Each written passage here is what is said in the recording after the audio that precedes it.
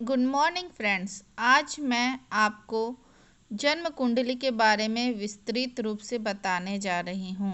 हमारी जो जन्म कुंडली होती है वह 12 भाव में विभाजित होती है और हर भाव का अपनी खुद की राशि होती है। वहाँ पे बैठे ग्रह होते हैं और वहाँ पे जो नक्षत्र होते हैं उससे उस ग्रह का विचार किया जाता है कि ग्रह जिस नक्षत्र में बैठेंगे, जिस राशि में बैठेंगे, जिस भाव में बैठेंगे, उसके अनुसार वह अपना फल प्रदान करेंगे।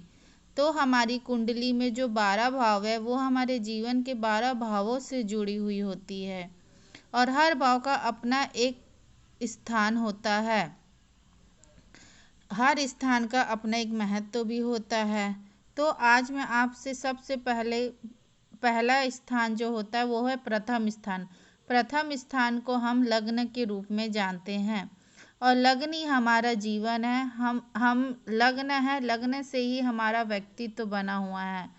जो पहला घर होता है हमारी जन्म कुंडली में, उससे हम लग्न को देखते हैं। लग्न में हम स्वयं के बारे में हमें जानकारी प्राप्त होती है कि हम कैसे दिखते हैं। अगर कोई ग्रह विद्यमान है तो उस ग्रहों का प्रभाव हमारे ऊपर आएगा। हम क्या सोचते हैं, मतलब हम स्वयं, कुंडली का प्रथम घर यानी कि हम स्वयं, हम खुद अपने आप को रिप्रेजेंट करते हैं कुंडली के फर्स्ट हाउस से। उसके बाद होता है द्वितीय स्थान, सेकंड हाउस। सेकंड स्थान से हम अपने आर्थिक स्थिति के बारे में जानते हैं। हमारे पास जीवन में कितनी पैतृक संपत्ति होगी, हमारा कुटुंब कैसा रहेगा, इसके बारे में हमें द्वितीय स्थान से जानकारी प्राप्त होती है। उसके बाद है तृतीय स्थान, थर्ड हाउस। थर्ड हाउस के माध्यम से हम अपने छोटे भाई बहनों के बारे में विचार करते हैं और इसके माध्यम से हमें पराक्रम, हम कितने, हमारे अंदर कितना करेजियस है, कितना हम पराक्रमी हैं, यह सब हमें प्राप्त होता है। उसके बाद होता है अगला चतुर्थ स्थान। चतुर्थ स्थान से हम माँ के बारे में प्राप्त करते हैं, माता का सुख और माँ के जीवन के बारे में, माँ से जुड़े जो भी बातें हैं। माँ का घर है यह एक तरह से। तो माँ से जुड़े भूमि भवन वाहन से जुड़े सारी जानकारियाँ हमें चतुर्थ स्थान से प्राप्त होती है।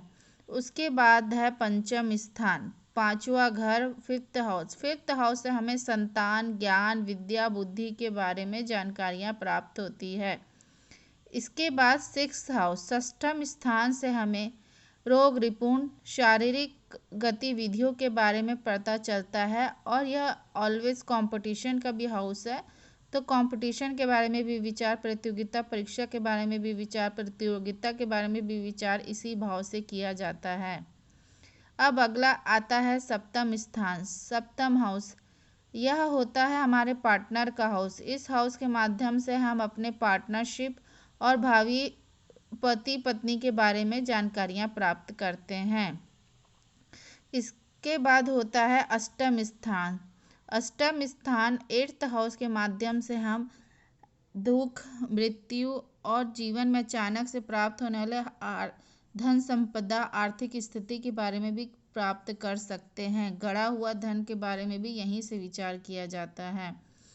इसके बाद है नवम स्थान। नवम स्थान से हम तीर्थ यात्रा, धर्म और भाग्य के बारे में विचार करते हैं। इसके बाद है दशम स्थान, 10th हाउस से हम अपने कैरियर, कर्म स्थान और राजनीति और प्रशासन, लोक प्रशासन, सब के बारे में सारी जानकारियाँ इसी हाउस से प्राप्त करते हैं।